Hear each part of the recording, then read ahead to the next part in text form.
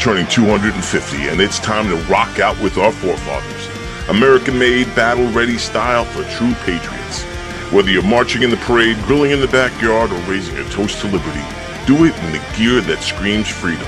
Celebrate 250 years of USA in style. Wear your American pride loud.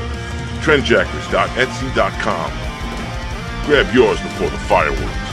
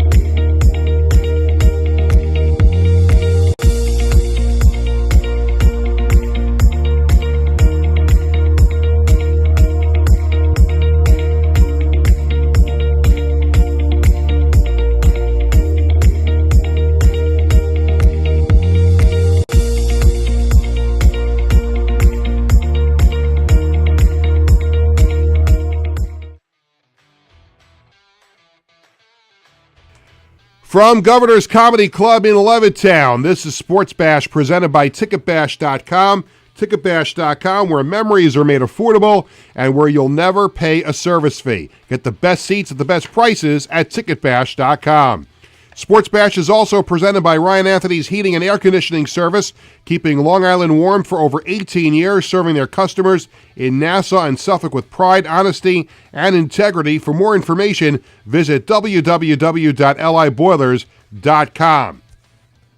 Well, hi again, everybody, and happy Tuesday. I'm Peter Schwartz. Welcome to Sports Bash. 516-465-3990 is the number to call. Make sure you're subscribing to Govs Comedy Club podcast channel on YouTube and Facebook so you can get alerted when our new episodes hit the air live. Make sure you follow Sports Bash Media on X, Instagram, and Facebook. You can also listen to the show on Apple Music, Spotify, and iHeartRadio. We have a great show for you. Our first show after the NFL season has come to an end, so we are going to switch gears a little bit. We are going to talk football later in the show, but first up, in about 20 minutes, we're going to talk a little baseball because spring training starts this week, and Tony Walker, my producer, and the host of the Knock 'em Dead comedy show, 11 to 12:30 on weekdays. You can tell there's an extra pep in his step. There's an extra smile because baseball season is here. The pitchers and catchers are reporting this week. And locally here for the Mets in Port St. Lucie and the Yankees in Tampa. We'll talk Yankees on Thursday's show. So Mets today, Yankees on Thursday. So we're going to have Keith Raad, who's been on the show before, a Mets radio broadcaster on Odyssey Mets Radio 880. He's going to stop by and talk to us a little preview of Mets spring training. And Tony, you are a little pumped up, right? I am very pumped up. There you go. It was Mookie Wilson's birthday over the weekend, and it now was. pitchers and Mookie, catchers. We are still efforting trying to get Mookie Wilson on the show. I'm working on it. If Jay Horowitz can take himself away from going to St. John's basketball games and being in the second row, maybe we can get... I'm just kidding. We love Jay. Jay is the greatest. And we're working on a couple of things with Jay. Of course, the Mets Hall of Fame inductions will be again this year. And one Met Hall of Famer this year is also going into the National Baseball Hall of Fame, and that's Carlos Beltran, and he's a possibility here on the show as well, but that could be a little further down the line. But I think Lee Mazzilli is going to be coming up soon, and we're efforting Mookie Wilson, so we're trying to make you happy, Tony. I'm always happy. Well, that's not really true. So Keith Raad is going to join us on the show. We'll talk to Keith about the Mets. And we'll also be joined by Mike Davis. He is the head coach of the Vegas Nighthawks of the Indoor Football League. The 2026 IFL season kicks off on March 14th. I've already told you that I'm going to be one of the broadcasters for the league this year for their national television broadcast. And coming up during that interview, we're going to break a little IFL news and disclose some of the other names on the IFL broadcast team. And that's going to be officially announced at 2 o'clock right as the show is ending. But once again, they must really like me because they've now given me the opportunity to break 2 stories here on the show. So all these indoor football podcasts are all like, what's the scoop? What's the scoop? I'm like, well, you have to watch Sportsbash at 1 o'clock. So sometime during that interview with Mike Davis, we're going to show you the entire list and faces and broadcasters for the Indoor Football League. And you will see my mug on there as well. But I'm not going to tell you who any of the other names are until we show you all the names a little bit later on in the program. We'll also have the Sports Bash Media poll question of the day, what's hot at ticketbash.com, and the Coach's Collectibles item of the week. Now it is time for the Sports Bash Media Sports Bash Flash, presented by the Marty Lyons Foundation, granting wishes for more than 43 years. For more information, please visit martylyonsfoundation.org. At the Garden last night, it was a sweating situation for St. John's, but they do knock off Xavier in overtime, 87-82. Rick Pitino beating his son Richard for the second time this season. The Red Storm win their 10th straight game, and they improve to 19-5 on the season. Nets beat the Bulls at Barclays Center 123-115. At the Olympics, the USA women's hockey team beat Switzerland 5-0 this afternoon, and this is a marquee event this afternoon at the Olympics. The USA will take on Canada in a women's hockey game, and that could be a preview of the gold medal game. So I'll be getting home. That game, I believe, starts at about 10 after 2. So we're going to try not to go overtime here on the show today. Get the heck out of here, get home, and watch the USA and Canada. In the NBA tonight, at the Garden, the Knicks host the Pacers. And also some local baseball news today. The Long Island Ducks adding a pitcher to their pitching staff. A right-handed pitcher, Harrison Francis, was signed. This will be his 8th year of professional baseball. He spent 4 years in the Arizona Diamondbacks organization. And again, we've talked about the Ducks on the show ad nauseum. And one of the great things about Atlantic League Baseball is that you get these guys who have had experience at the major league level. For whatever reason, doesn't work out with that organization. They go to the Ducks or they go to any other team in the Atlantic League. They get some experience, they get some innings, they get some at-bats, and they find their way back to a major league organization. So good luck to the Ducks again this year. And that's what's happening. The Sports Bash Flash is presented by the Marty Lyons Foundation. Again, Keith Raad, Mets broadcaster, will join us later on. Mike Davis, head coach of the Vegas Nighthawks of the Indoor Football League. I'm not even vegan. I don't know why that came out of my mouth. I'm not. So this is our first show after the Super Bowl, and another NFL season has come and gone. And when you think back to Super Bowl 60 and the Seahawks win over the Patriots, this is the only way to sum up the game. The game sucked. It really did. I mean, that was one of the most. I mean, there were blowouts, and you can construe it a blowout because he never really felt like the Patriots were in the game. Even when they got on the board late and then got the ball back, he just never felt.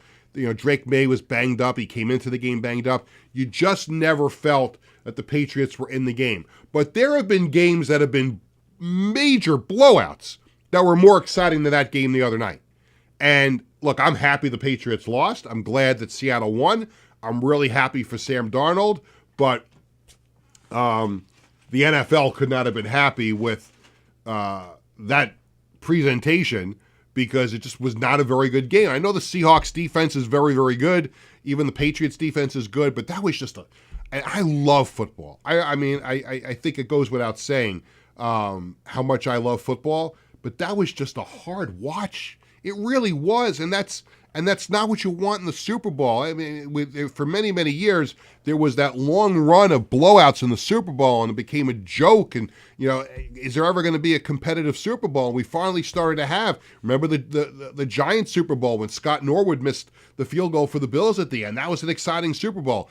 And that kind of kick-started us on some games that will always be memorable. Of course, the Patriots coming back from 28-3 down to beat the Falcons in overtime. So we've had a couple of overtime games in the Super Bowl.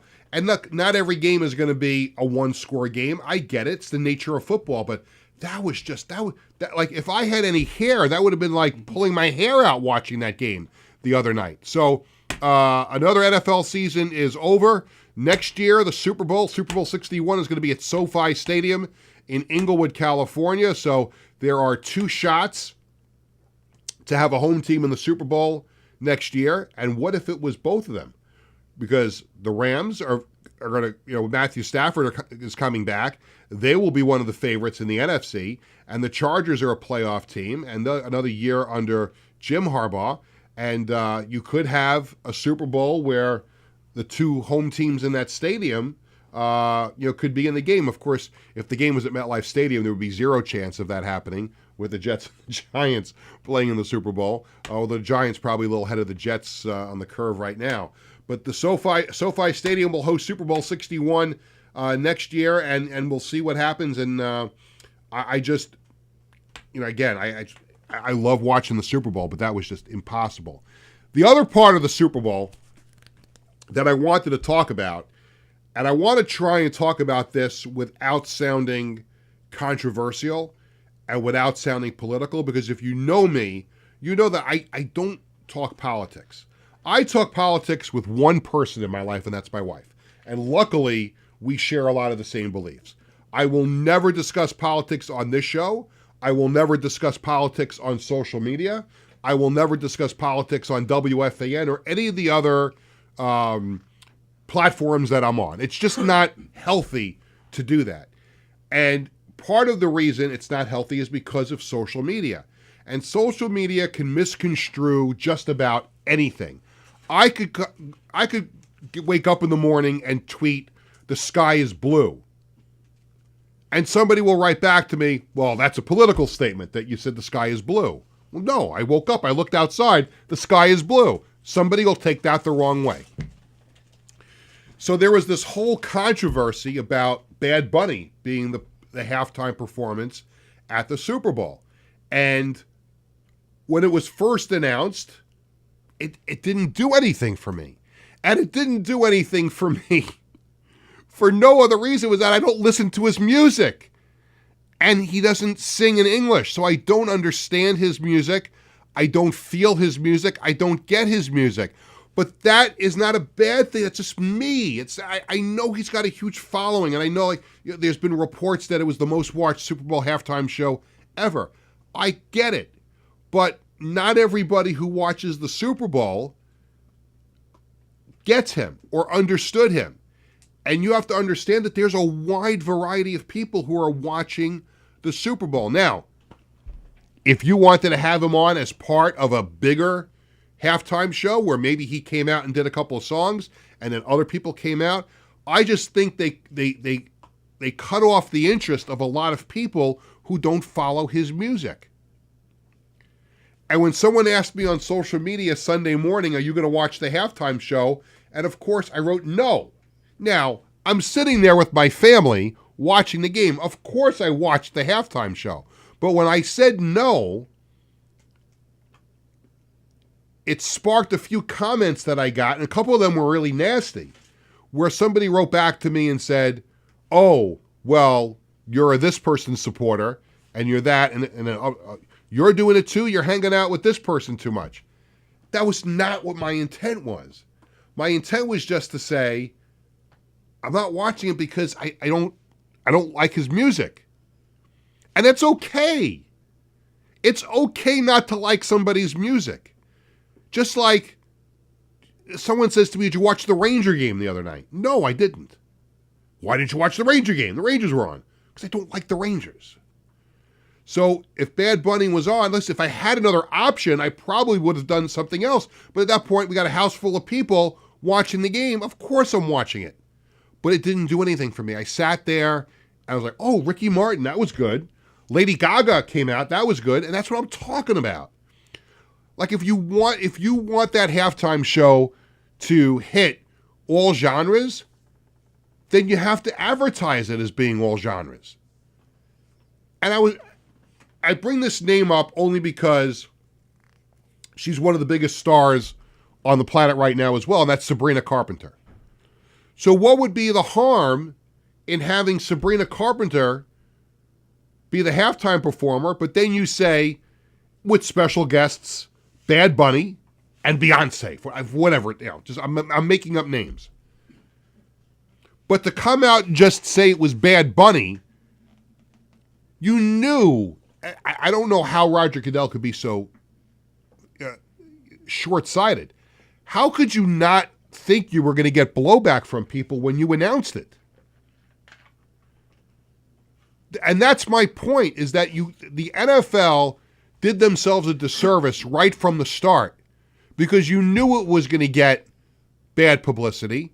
And then once, things started coming out about what he was going to say, and look, he held up the football with the American thing on it, and, they put it up on the screen, the more powerful thing than hate is love. And I get it. And it's no ill feelings towards Bad Bunny. I mean, I thought he was funny on Saturday Night Live when he hosted SNL a few weeks ago, whatever it was.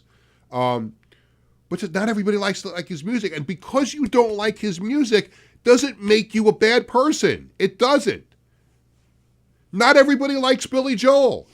I talk about Billy Joel all the time. I've had people tell me, oh, I can't stand him. Okay. What? Who are these people? Well, they're idiots. That's who they are, Tony. They're idiots. Not everybody likes Bruce Springsteen. Joking with somebody the other day that my wife and I want to go see Barry Manilow at UBS. I'm like, how could you like Barry Manilow? But the point being is that the NFL's got to be a little smarter next time. And if you want Bad Bunny to make an appearance, you make an appearance. But if you're going to go that route, where again, the NFL is global now. So that's another reason why I get you want to have some of these international superstars. It's the same stupid reason that the NFL puts games overseas now, because they want to be global, because the NBA was the first one to do it, to get those games out in another country. And now the NFL is joining in. It's out of hand already how many games that the NFL puts overseas. And my argument with that is, if we're going to give England 3 NFL games or whatever it is, and we're going to give Madrid a game, and we're going to give this place a game, can the English Premier League send a real game over to the United States and not the C squad that comes over on tour during the summer? Like if I want to go see Man U at MetLife Stadium, can you at least bring the real team over for a real game? We give England real NFL games, so why can't we get real English Premier League soccer games? So I get it, and I'm just saying, all due respect to Bad Bunny, I just thought it was a terrible decision by the NFL to go that route as him being the marquee performer.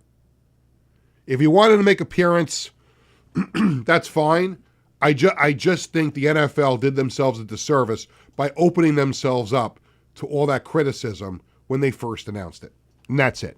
And I by saying that I didn't want to watch it was not anything political. It's not my music. I don't care for it. I don't listen to it. And I probably feel the same way if it was, I'll tell you right now, if they told me that Stevie Nicks was performing at halftime, I would run for the hills with my wife. You're laughing at me, right? I love Stevie Nicks. You like, well, too bad. If Billy Joel had performed the 3 concerts as planned this past summer, there was one at Citi Field, one at Yankee Stadium, and one was at MetLife Stadium. I wanted to go to the one at Citi Field because that was the one that had Sting, if I remember correctly, right? Yes. The one at Yankee Stadium had Rod Stewart.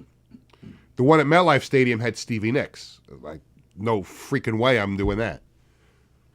So again, it shouldn't be a political. It should not be your musical taste should not come off as being a political exercise. Now, if you came out and said, I'm not watching Bad Bunny, I'm watching the Kid Rock show because that's more American. Well, that's making a political statement. That wasn't my point. My point was that I just don't care for Bad Bunny's music. I don't listen to it. I don't understand it. I don't get it. I watched it, and I know he's entertaining and everything, but just wasn't my cup of tea. Anyway, we're going to take a really quick break. When we come back, we're going to switch gears. Football, at least NFL season is over. There's still more football to come in the spring and over the summer, but it is baseball season, at least this week officially when pitchers and catchers report. When we come back, we're going to talk Mets baseball with Keith Raad, Mets radio broadcaster for Odyssey Mets Radio. Keith is going to join us when we come back right after this. Hi, I'm Peter Schwartz. And I'm Vinny Tickets. We want to take a moment to talk about our fantastic sponsor, the Embassy Diner. Embassy Diner has been a beloved staple in the restaurant industry for over 50 years. And the great thing about it is when you walk through the door, you're not a customer, you are family. Every visit promises to be filled with warmth, love, and respect. And here's an extra treat. If you mention Sportsbash during your visit, you enjoy a free dessert on the Embassy Diner. Come on down to the Embassy Diner, where great food and great company are always on the menu. Visit the Embassy Diner, located at 4280 Hempstead Turnpike in Bethpage.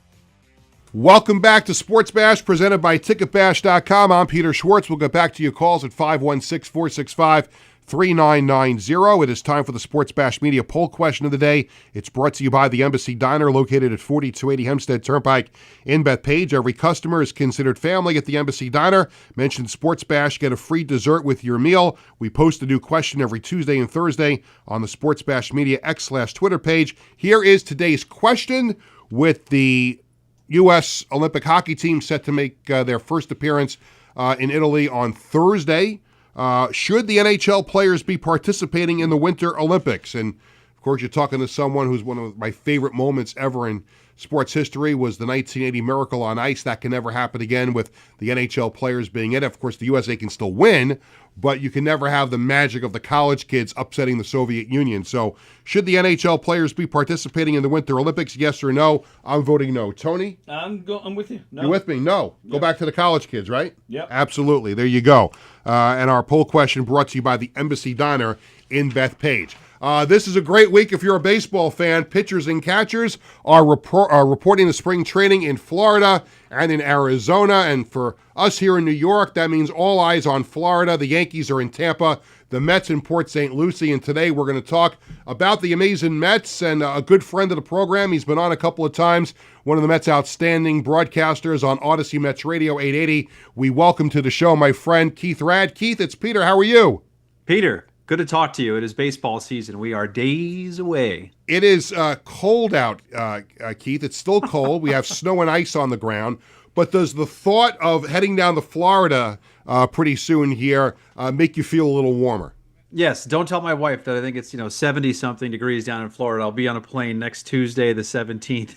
Our first broadcast is Saturday, the 21st of February. So yeah, I'm jacked up because it's the snow's going to be here that fell, 2 weeks ago? It's going to be here till March. Yeah. Time to get out of here. It might be here until the World Series in October, the way it's going. I mean, I don't know about your driveway and your front yard, but like we still have a hockey rink in front of our house. I know. At least you get to put some skates on. I have to I have to take my kids elsewhere. Yeah, there you go. Well, it's an interesting time now to be a Mets fan because there was so much change during the offseason. Some familiar names like Pete Alonso and Edwin Diaz are gone, but there's some exciting new names that have joined the Mets, including Freddie Peralta, Luis Robert Jr., Bo Bichette. When you look at the Mets offseason, Keith, how do you sum it up, and do the Met fans have a reason to be excited heading into the 2026 season? Yeah, I think this is the most transformative offseason in franchise history, and there's a lot of familiar faces, really good players that people absolutely love that are not here anymore. And it was a tough pill to swallow. I think it still is a tough pill to swallow for a lot of fans, saying goodbye to some of those players who you kind of tether your anchor to for the last few years. Your kids love, you love. You have their jerseys, so it's sad to see those guys go. But it's a new day for the Mets, and so I'm really excited. First of all, because just like the Met fan that might be a little upset, we'll be there on March 26th, right? If you're happy or sad, we'll all be there together watching on March 26th. Yeah. But yeah, what David Stearns has done is I like bold, brash, brazen action, and I think for a New Yorker, he's kind of flipped the table over and said, "This is the way we're going to do it, come hell or high water." And so I'm excited about a really big change, not little half measures, but totally new faces in that clubhouse.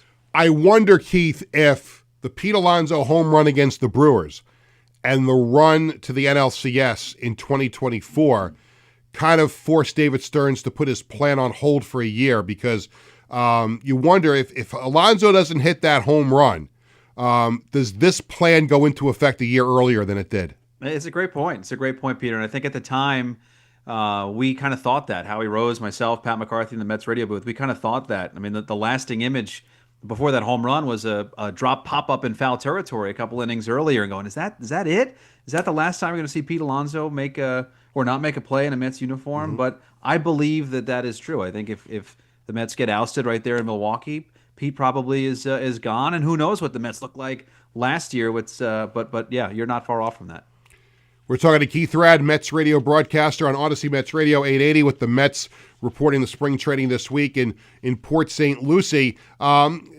Tell me about your thoughts on what David Stearns is doing, because when I think about it, Keith, and I'll compare the Mets to the Islanders a little bit, because the Islanders had that run for those 2 years when they got to the Final Four in the Stanley Cup playoffs, and they basically did it with the same group, and they kept that same group for a couple of more years, and you felt like they were spinning their wheels in mud a little bit.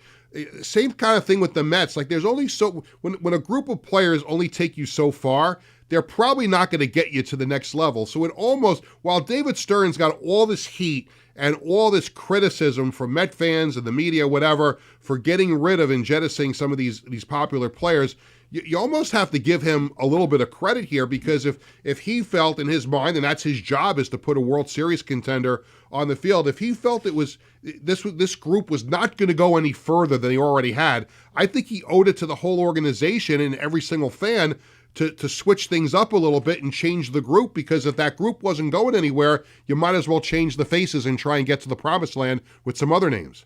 Yeah, and he said as much. He wasn't running it back. He wasn't running back the same group. And the truth of the matter is about that 2024 NLCS is that, yes, it finished in this amazing Cinderella type run, Magic in Queens. We were excited to come to the ballpark and see it finish, but the Mets barely made the playoffs that year, coming down to the last game of the season, which happened to be after the regular season was done. So they barely sneak in. They missed the playoffs last year by one game. This is an organization that in this century has won the division twice, and not with this group. Last time they won the division was 2015 when they went to the World Series. So really, the success was not there enough to say we have to keep them together. And I think Mets fans, the more that you kind of sleep on it a little bit, you realize, okay, it is true. And look at yourselves in the mirror. It sucks to do that. I know it does. And individually, those players had great moments. Pete Alonso had a great career. Edwin Diaz had a great career with the Mets. Brandon Nimmo, Jeff McNeil won a batting title. But together, it wasn't working. And when it's not working, you have to fix it. And I just I like okay, we're really going to fix it. We're really going to make a heavy pivot instead of, again, not lightly half-measurely doing it. When you look back at the 2025 season and heading into spring training, if there was something that came out of last year that Met fans could really get excited about, I think it was the debut and the upcoming development of some of those young pitchers that we saw, including Nolan McLean, who was just, I got to see him pitch in person a couple of times with my family, and he now, you talk about must-see TV, and a game, if you're a Met fan and you're looking at the last minute to go to a game, you see Nolan McLean is pitching, that's the game you're going to buy a ticket to go to see. Am I making too much of it? Is the young pitching development such that you think that is a big part of the 2026 Mets? Yeah, I mean, what a breath of fresh air he was last year. I mean, dominant and just in a vacuum, him against some of the best hitters in baseball, we saw him make these guys look silly with his stuff and the way he can spin his curveball and work his sweeper. And what I liked learning about him and meeting him is how unafraid of the moment he is and how smart he is, because not only is he a pitcher, but he was a two-way player at Oklahoma State. So he was drafted. He tried to do both things. Pitching, of course, outweighed the hitting, so he retired the hitting, so to speak. But he thinks like a professional hitter. So when he's facing a guy on the mound, he's thinking, well, if I'm a hitter, I'm looking for this. So he uses a lot of different tools to be able to put guys away. It was only 8 starts. It was only 48 innings. It was very early. I know we were crowning him, the second coming here, but I do think he could win the National League Rookie of the Year if he has a good year and he stays healthy. And I think Freddie Peralta, who the Mets traded for from Milwaukee as the ace, takes so much pressure off Nolan to be the ace, because he was such a great bright light at the end of last year.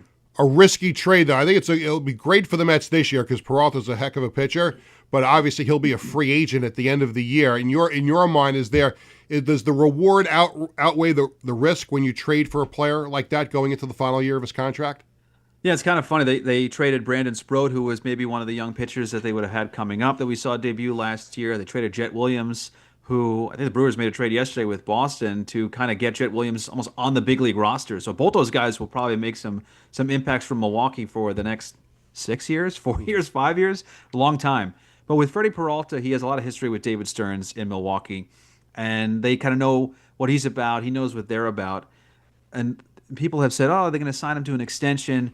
The Mets and David Stearns they don't want to do that quite yet, because they love the carrot at the end of the stick. They love put it together, motivating, have an unbelievable year, force us to make a tough decision. So I think you're going to get Freddie Peralta's best. But yeah, I mean, one and done. It is funny. It's the Mets fan, go out and make a move, and then they make a move, and it's like, well, is it the best? Was that the smartest way you could have done it? Yeah, no, everybody's a critic, but I love it. I think it's a good move. It kind of makes me think, well, what would the price tag would have been on Tarek Skubal? But that's a whole other story. No question about it. Let's talk about some of the new faces other than Freddie Peralta that'll be joining the Mets in Port St. Lucie. And we'll start here. You took 2 pieces of the Yankee bullpen there to Port St. Lucie in Luke Weaver and Devin Williams. Talk about how those 2 guys will help fortify the back end of the Mets bullpen. Yeah, so Devin Williams, before the first half of last year was, multiple-time NL reliever of the year. I mean, terrific career in Milwaukee, and I think he's going to have a better year than most people do, because they're looking at April, May, and June of what he was as a Yankee last year. But he's nasty. I mean, he's nasty. He finished the season really strong. So I like the fact that New York, slapped him in the face a little bit, and he figured it out. He had enough moxie to come back and handle it. And so he's your new Edwin Diaz, right? He's your guy getting the last 3 outs. And then Luke Weaver, who closed the year before, is another guy that has the stomach to get the last 3 outs if you need it. He'll be the 8th inning guy. So yeah, I mean, it is I love it. My Yankee friends, they always criticize the Yankees, and I go, Yankees win 94 games every year. They're doing something right. So I'm sorry you have these good players. So, they're now Mets. So that's what it is. I'm having a bit of an argument with my older son, Bradley, Keith, and maybe you can help navigate me through this, because I still, my wife and I still owe him a jersey as a Hanukkah present. And I think he's only doing this to bust my chops because Luke Weaver left the Yankees for the Mets. He wants a Luke Weaver jersey, and I just don't think. Now, listen, if I was to go buy it, I would ask you to get your employee discount at the Mets store, so that wouldn't be a problem. But I just don't think it's a wise investment if you're going to pick one player on the Mets right now. I don't know if that's Luke Weaver. Yeah, I mean that's a unique pick. It's certainly a unique pick. I mean, I think he's just doing it to bust my chops. Yeah, I mean when you have the power, I think that's what you want to do as a son to your dad. But yeah, interesting pick. But who knows? Yeah, who knows? We'll see. The jury is still out on that. Some of the other names that'll be joining the Mets also, and here was a guy. He was rumored to be going to a bunch of different places, but I think Bo Bichette is a great signing for the Mets, and I think he's gonna help their defense out a little bit. And he's certainly gonna help them with a little more offense there at Citi Field. What did you think of Bo Bichette's acquisition? Yeah, Bo is just a really nasty hitter in a good way. That's the way we say it as millennials. He's a guy who can hit the ball at the ballpark, but that's not his game. And I think with him and even Jorge Polanco, who's a newcomer who's going to play some first base, those two guys will just do it a little differently. They're going to put the ball in play more. They're not going to strike out as much. And so when it is first and second and there's two outs, you kind of trust those guys. Not that you didn't trust Pete Alonso, of course, or Brandon Nimmo, but they're just going to do it a little bit differently. They'll put a little bit more pressure on the defense on a consistent basis than Pete hitting the big 3-run home run every couple at bats. I think these guys will make the lineup a little deeper, more balanced than in the past. I don't know if it's going to be better or worse. Can't say that now without seeing it, but it just be different, and I'm excited to see what that looks like. But Bo offensively is a really tough out. He battles, and then I mentioned Polanco at first. You look at the entire Met infield now. You have shortstops at all four positions. Of course, there's only one in Francisco Lindor, but Marcus Semien at second played some shortstop. Polanco at first base played some shortstop, and Bichette with Toronto played short. So, it's going to be ground ball to third. Bichette flips to Semien, flips to Polanco, and people are going to go, what game am I listening to on the radio? Who are these guys? But that's the new Mets in 2026. You're going to have to make sure your scorecard is clean, and to make sure Howie and Pats are clean too, because you got a lot of new names to get used to. That's right. We got to have our bio, our media guide at our desk here, handy. How about, we're talking to Keith Raad, Mets broadcaster, Carlos Mendoza back for another year as Mets manager. And there was such debate before last year. Do you bring him back? Do you not? After last year, after not making the playoffs, so that'd be after the year before you went to the NLCS. But after last season, there was debate whether you bring him back, and they do bring him back. And I always laugh when people. 1 year after having success, you have a little bit of failure, and all of a sudden that person in charge is an idiot. And I think there was such unwarranted criticism towards Carlos Mendoza, who I thought did a wonderful job the year before and the year before that as well. When you look at his body of work, and now he takes over a rebuilt Mets roster, what do you think of Carlos coming back for another year? Yeah, first of all, I think Mendy is a terrific communicator, great person, someone that's amazing to deal with on a media level, on a personal level. I know the players really respect him. He put his time in coming up as a coach, so he's touched every kind of aspect of minor league coach or infield coach, all these things that he's basically earned his keep. He's had 2 weird years though, right? That first year, terrible start, amazing finish, and then amazing start in 25 and a terrible finish. But I do think David Stearns has the belief in him enough to fire the rest of the coaching staff, but keep him and now bring in. Remember that coaching staff that he had was kind of a lot of holdovers from the previous regime. Mm-hmm. So now it's really a full, we have all of our guys on the roster, all of our guys as coaches, and go after it. So I do know, Mendy knows he's on the hot seat, so to speak. This is the last year of his contract. He understands that, but he, I think, will earn it this year. We'll find out. I mean, he's not somebody that's going to manage any differently than he would a year ago with 1 year on his deal. But nothing. Going back to last year and what went wrong, Mendy wasn't the issue. He was trying to do his best to try to swim out of it. There's a lot of Met fans, Keith, that are going to be heading down to Florida, just like you, to broadcast the games. The fans will be going down there to get some warm weather, but also to get a chance to see the Mets take part in spring training. For those fans who are going down to spring training for the first time, and you're there every single year and you've been there a lot, what can fans expect when they come to see spring training, especially on days when there's no games, especially the early part of spring training where the workouts are going on? What's it like for the fan to go see the Mets in spring training at Port St. Lucie? God, I love it. I love it so much. Clover Park this is the time of year to be down there. You have the main field, the big field where you'll see all the games on SNY or that we broadcast on the radio, but then you have all the back fields where the minor league guys usually work during the season. But I think you get a ticket, you get a pass, and you can walk your way through the entire complex. And yes, there are minor league backfields, but through a chain link fence, like you're hanging out at Fireman's Field in Valley Stream or something like that, right through the fence, you can see some big players. There's Francisco Lindor, there's Juan Soto, and they're right there. And that's the best part about it, is it just feels like you're just immersed in Mets land. And there's nothing better than that, because I grew up in the minor leagues, and that was the closest you'd get, right? You get a ticket, you can run right down to the front row before the game and try to get an autograph. Spring training is a lot like that. It's such a deeper connection as a fan to get down there. And then there's always, celebrities and ex-players that are walking around. I'm sure they'll take photos and sign autographs for you. And then my last thing that I have to say, Peter, because I never get to sit out there, but as I'm up in the booth, which is great, but the berm, a cold beer, 1 o'clock game, sitting on the grass on a towel, can't beat it. Can't beat it. I would be remiss if I didn't ask you this to close the interview, because part of your baseball journey, you just mentioned, growing up through the minor leagues, but part of your journey was right here at home on Long Island, because you were a Long Island Ducks broadcaster at one point, and I'm sure you saw the news that Frank Bolton, who originated the team and founded the league and brought the Ducks to Long Island, sold the team last week. And I just was wondering if you had any thoughts on Frank and bringing baseball to Long Island, and what that year with the Long Island Ducks meant to you. Yeah, I spent 2016 out there actually with the Ducks, and Michael Pollock was someone who taught me the ropes on the air. Antoine Richardson, actually, who was the Mets' first base coach last year, was a Southern Maryland Blue Crab that year. So that's a little fun fact for you.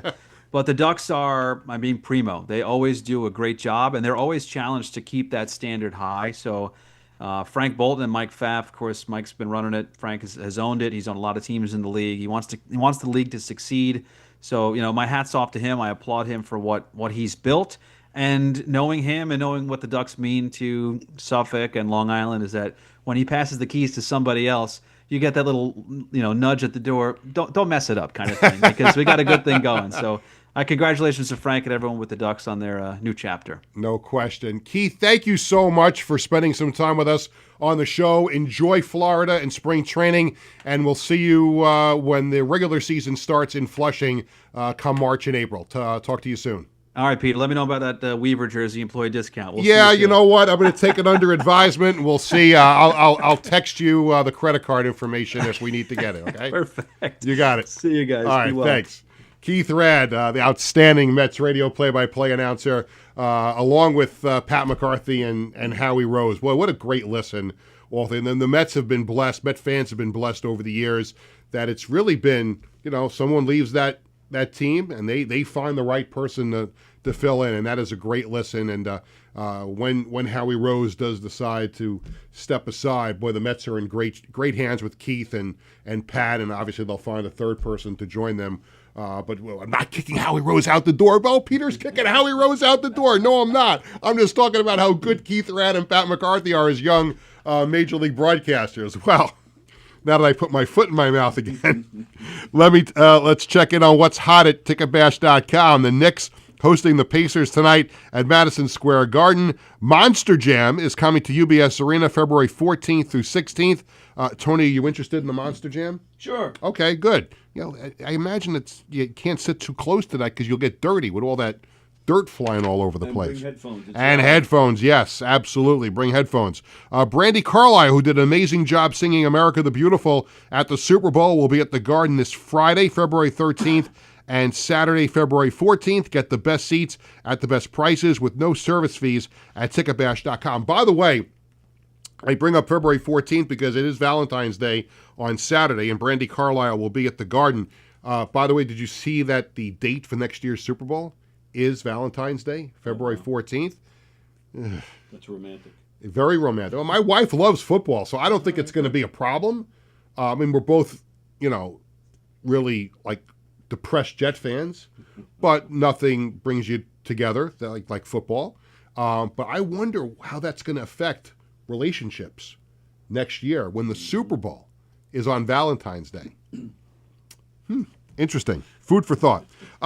Coming up next, we're going to be joined by Mike Davis, head coach of the Vegas Nighthawks of the Indoor Football League. That's when we return with more Sports Bash right after this. Hi, I'm Peter Schwartz. And I'm Vinny Tickets. We want to take a moment to talk about our fantastic sponsor, the Embassy Diner. Embassy Diner has been a beloved staple in the restaurant industry for over 50 years. And the great thing about it is when you walk through the door, you're not a customer, you are family. Every visit promises to be filled with warmth, love, and respect. And here's an extra treat. If you mention Sportsbash during your visit, you enjoy a free dessert on the Embassy Diner. Come on down to the Embassy Diner, where great food and great company are always on the menu. Visit the Embassy Diner, located at 4280 Hempstead Turnpike in Bethpage. Welcome back to Sportsbash, presented by the Ryan Anthony Head Start Fund. I'm Peter Schwartz. Welcome back to the program. 516-465-3990 is the number to call. Of course, you know my history with indoor football. We've talked about it here on the show a lot, and you know that we've been talking about this as well, that I'm going to be a broadcaster for the Indoor Football League this season. All 119 games are going to be televised nationally on Yahoo Sports and also on FanDuel Sports Network. And we're even going to have IFL action here in the metropolitan area with the IFL Cup coming up in May at the American Dream in New Jersey. The defending champions of the Indoor Football League are the Vegas Nighthawks. And on the line with us right now on Zoom to talk about this season and all the stuff going on with the Indoor Football League is Mike Davis, the head coach of the Vegas Nighthawks. Mike, it's Peter. How are you? Good, Peter. How are you? Thanks for having me. I'm doing great. Thank you for coming on the show. I do have to start with an apology for you because, as you probably know, I was a guest on an indoor football show Saturday morning on the Shady Sports Network, and we were talking about my involvement with the league, and I was talking about the IFL Cup, and I start running down the list of head coaches, and I called you Mike Brown, and the reason why I called you Mike Brown was I was still getting over the Knicks' 40-point loss the night before to the Pistons, so I have to apologize to you publicly for calling you Mike Brown instead of Mike Davis, so I hope you will accept my apology. Ironically enough, Mike Brown is a good friend of mine. We played in the Arena League together, the old Philadelphia Soul DV two-way player, so when you said it, I'm like, same Mike, wrong Mike, but it's all right. Oh, okay. I've been called worse. Yeah, I know. So have I. I've been called worse than Peter, but I just wanted to start off by saying there was no harm intended. I just made a stupid brain fart there. But obviously, congratulations on last year. I know there's a point where you flip the page to the next season, but just if you could look back on last year and the magic run to winning the IFL championship, including that great goal line stand there at the end against Green Bay at the championship game in Arizona. Can you kind of sum up what last year was all about for you? It really is about just maturation, right? Like we had a group that we liked coming into the season. And then it didn't start off the way we wanted it to. We had some rough breaks. And I think at one point we were 2-4 in the season. And then we made a few changes to the lineups and we got hot at the right time. Like we were a really good football team, but being a defensive coach myself, we couldn't stop running water in the playoffs. But fortunately enough, our offense was dynamic and kudos to my OC, Coach Chan. And he makes things happen. And you guys wind up winning the game, and I know you had some great fan support last year. You play in the same arena where the Golden Knights AHL team plays there in Henderson, Nevada. You had some great support. I know there was a lot of excitement when you guys won the championship. What is the atmosphere like in Vegas? Obviously, there were so many years where Vegas wasn't really known for having their sports teams. Now they got a whole bunch of them, and you're part of the sports landscape there now. What was it like bringing that championship home to Las Vegas last year? It was nice. Obviously, everybody, this, Peter, everybody likes a winner. Yeah. Right. And most people will support a winner. So as we kind of got hot and got at the right time, we had almost 1,000 people, I think somebody said, show up to our little our post-championship party at the M Resort who sponsored it. And it was great, right? For us, we're not where we want to be though, right? Like we don't sell out every game. We're close. But obviously after the championship, we got 500 or 600 more season ticket holders, and it's always good for the for the brand. And it's just Vegas is a huge small city. Mm-hmm. But there's still a lot of people who don't know where we play and where we exist. And so that's just getting over those hurdles, and it's just about growing. How about the team this year that you've made a lot of transactions? You even signed a 4-year extension, to remain the head coach after winning the championship. Tell us about your team that will kick off March 15th at Green Bay in a rematch of last year's championship game. We'll look completely different, I'll tell you that. We only have, I think, 5 guys returning from last year's championship team. Fortunate enough for us, I think we've had 9 guys sign CFL or UFL contracts since the end of the season. And that's what this is for, Peter. Obviously, it's a platform to get guys out. But, turning the page for this year, we're really young. Obviously, we picked up some pieces from other places and picked up a few great players from Bay Area that's no longer with us. And so, obviously the expectation is there for us to do well. Obviously, everybody's like, "Oh, repeat," and then people don't look at the history of the league. I think the last 7 years there's been a different champion, and again, you being in the sports business as long as you have, you got to get lightning in a bottle at the right time, and you got to be healthy. And we were both of those last year. What this year looks like, we'll be electric. We'll be high powered again. We'll have some great players, but we got to put it together. Now, your season opener, March 15th at Green Bay, as well as the other 118 games for the Indoor Football League season, will be nationally televised. What a great thing for the league this year to come up with the 2 deals with Yahoo Sports and also the FanDuel Sports Network. In about 13 minutes, the league is going to make this official, but I was given permission to kind of break the news here during the interview. But the league today is announcing the complete broadcast team for the Indoor Football League season, and I'm very, very honored and privileged to be part of that group. I'll be calling, a handful of games during the season, but you've been around this sport, and you know some of these names that are involved. Brent Stover, who's the director of broadcasting and the voice of the IFL, is going to be involved. Dave Ryan is another name that a lot of sports fans will recognize from his work on ESPN and CBS. You've got former NFL players Mark May and Lincoln Kennedy and J.J. Jansen, sideline reporters, including Natalie Bodie and Claudia Bellafato. So there's a tremendous. Sed Bonner. Sed's going to get angry at me that I forgot Sed Bonner's name. I was going to keep it quiet. I only called games years ago that he played in and saw him a couple of years ago. So he's going to be angry I forgot him. But for you as a coach, and you see that the league's commitment to getting the exposure for these games nationally and to put together a list of broadcasters like that, how does that make you as a coach feel? It's good. You turn around and you look at what the league has done, and they've made tremendous strides in getting, again, the league where they want to be or where they want to go.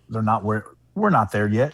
In your old time, I don't want to compare the two, but having a national presence like the olden days is big. And I remember growing up, I played in it.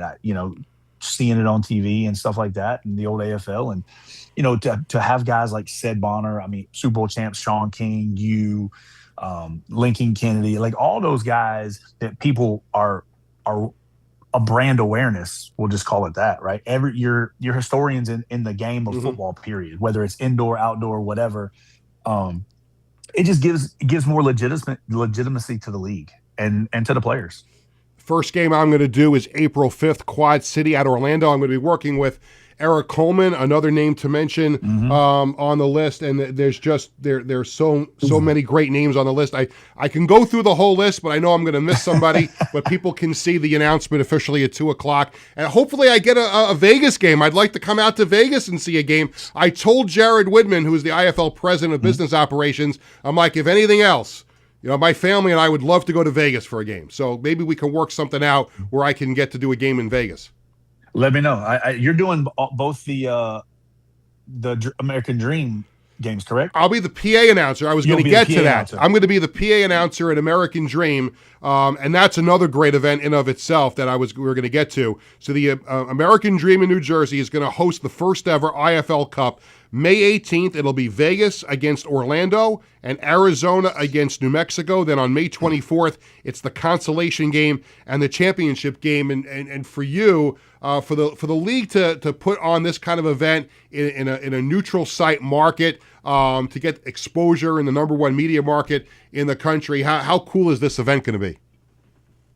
Yeah, I spoke about this actually last week when it came out. Some people asked me about locally, and fortunate for me, I've been in a situation in the CFL where we played the East Coast swing, where we had to go and stay out there for 9 days. So it's cool just because I'm an East Coast guy. We have a bunch of guys on our team from the New Jersey East Coast area, so and it's easier for their families to come up here and get exposure to the guys. So that's a big thing for me and the guys, right? Obviously, it's cheap to fly to Vegas. It's very inexpensive. It makes life easy. But anytime you can get all your family and friends around, I got guys. I think I've got people. We haven't made our team yet, and people are like, "Coach, I'm gonna need." I think I'm up to like 80 ticket requests. I'm like, guys, it doesn't work like that. Let's worry about the task at hand first. But guys are excited about it, so that's good. It's a unique atmosphere for sure. I've been to sporting events there before, and it's a very, very unique, intimate setting. And just wondering how excited you are to take the game of indoor football and bring it into a unique setting like in an entertainment complex like American Dream.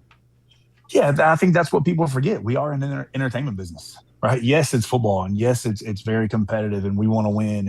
And I'm a sore loser when it comes to I hate losing, just like the most competitive people are. Yeah, I'm a Jets fan. I've gotten used to it for over 50 years. I'm sorry. It's okay. It's I mean, you look at the Raiders. Someone could say the same thing, but at least they've made strides and are hiring Kubiak, so that's plus. But anytime you can help grow the game, you bring it back to the Northeast. That's always a plus, right? And I'm excited to be a part of the first season of it, and hopefully we'll put on a show for the fans, win a few games, and be invited back for year two. But we'll see what happens. And it's got to be cool for all the players to spend the week in the area. And I know obviously football is the most important thing; it's a business trip. But for the players and the coaches and the staffs of all four teams, they get a chance to experience what New York and New Jersey has to offer. Has got to be a pretty cool thing as well. Yeah, super cool. And then all the things that we've heard we're doing back for the boys and girls clubs and the youth in the area, just to give back. I mean, that's what it's for.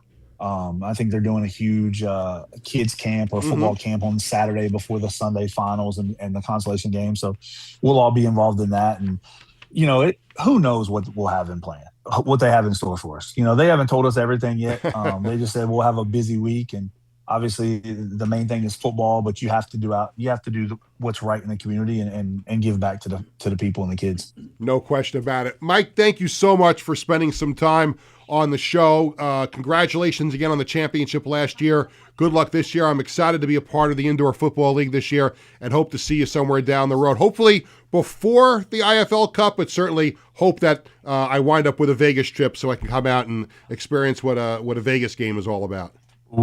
It's entertainment, that's for sure. I don't know if you've ever seen or been to a Golden Knight game. It's 2 years ago.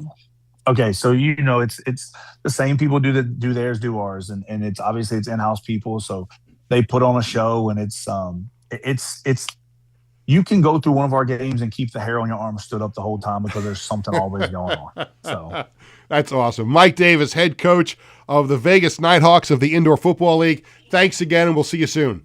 Not a problem. Thanks, Peter. You got it. Mike Davis, thank you so much for joining us here on the show. And again, I am super excited to be a part of the IFL broadcast team this year. No team here in the area, but still, and that's another debate going on in the Schwartz household. Who are the Schwartz boys going to be rooting for? I think mom is indifferent. Dad is certainly indifferent as a broadcaster, so there's no team in the area. But the Schwartz boys, Bradley and Jared, are deep in thought over which of the teams they're going to root for. We believe right now it looks like Bradley is going to be an Orlando Pirates fan, and it looks like Jared's going to be a fan of the Fisher's Freight. They're a team in Indiana. They have a really cool logo. I don't know if I'll get a game there, but we'll find out. But right now, I think those are the two teams that they're leaning towards. And of course, you know what that means. That means I'm going to be constantly texting Jared Widman from the IFL. I need a jersey. I need a football. I need this. All that stuff's going to be coming. I told. Listen, I just need a generic IFL sweatshirt in my size. That's all. I mean, I just want good games when I broadcast them. And indoor football is so cool. And thank heavens, this is going to be so much better than what I went through last year. Just again, pending litigation. It's time for the Coaches Collectibles item of the week. It is, and I know Tony loves this. I do. Oh, you gonna buy it? No. Come on. You and the big bucks. A Nolan McLean autographed Mets jersey, which I think a lot of people would be excited about. Coaches Collectibles, your number one source for 100% authentic sports memorabilia and live public autograph events. Check out Coaches Collectibles online at www.coachescollectiblesny.com and use code SPORTSBASH for free shipping on all orders. Now, let's start to tell you about some upcoming shows in our final few minutes. This Thursday, we will have a Yankees guest. It will not be Aaron Judge, but we will have a Yankees guest on the show as the Bombers open up spring training this week in Tampa. It'll be a broadcaster, a writer, former player. We're still efforting that, and we will have a Yankees guest on the show Thursday. We will also on Thursday be joined by New York Sirens forward Casey O'Brien. Casey and the Sirens will play the Seattle Torrent in the first ever PWHL game at Madison Square Garden. That will be on Saturday, April 4th at 8 p.m. So we look forward to talking a little hockey with Casey O'Brien on the show on Thursday. Now, not in the script. Don't get worried. You don't have to do anything. I'm going to hold up the book. Next Tuesday here on Sports Bash, we are going to talk to Larry Schechter. Wrote this great book, The History of Fantasy Sports. He's going to join us next week on the program to talk about the book. Fantasy sports obviously is so huge with so many people that there are now books being written about it. And Larry, it's a good time to talk to Larry about the book because with the season starting, people are already planning their fantasy baseball drafts. So I mean, the debate now is who would be the number one overall pick in a fantasy draft. Tony, who would be the number one overall pick?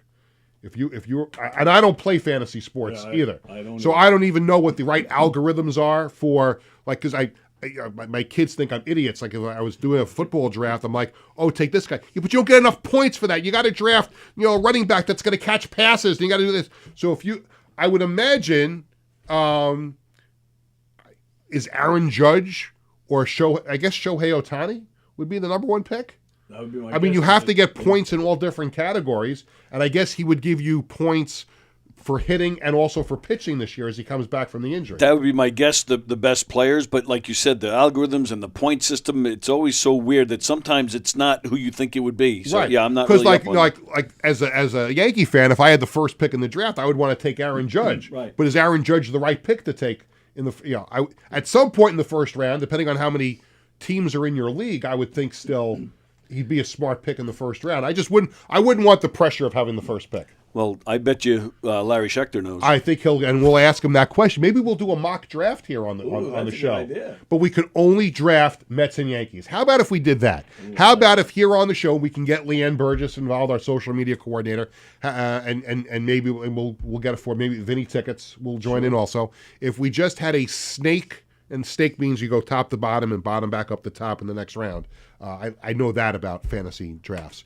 But we could just draft a team based on Mets and Yankees. That'd be good. Because that's all I give a rat's ass about are the Mets and the Yankees. That's it. And not in that order. It's the other way around, the Yankees and the Mets.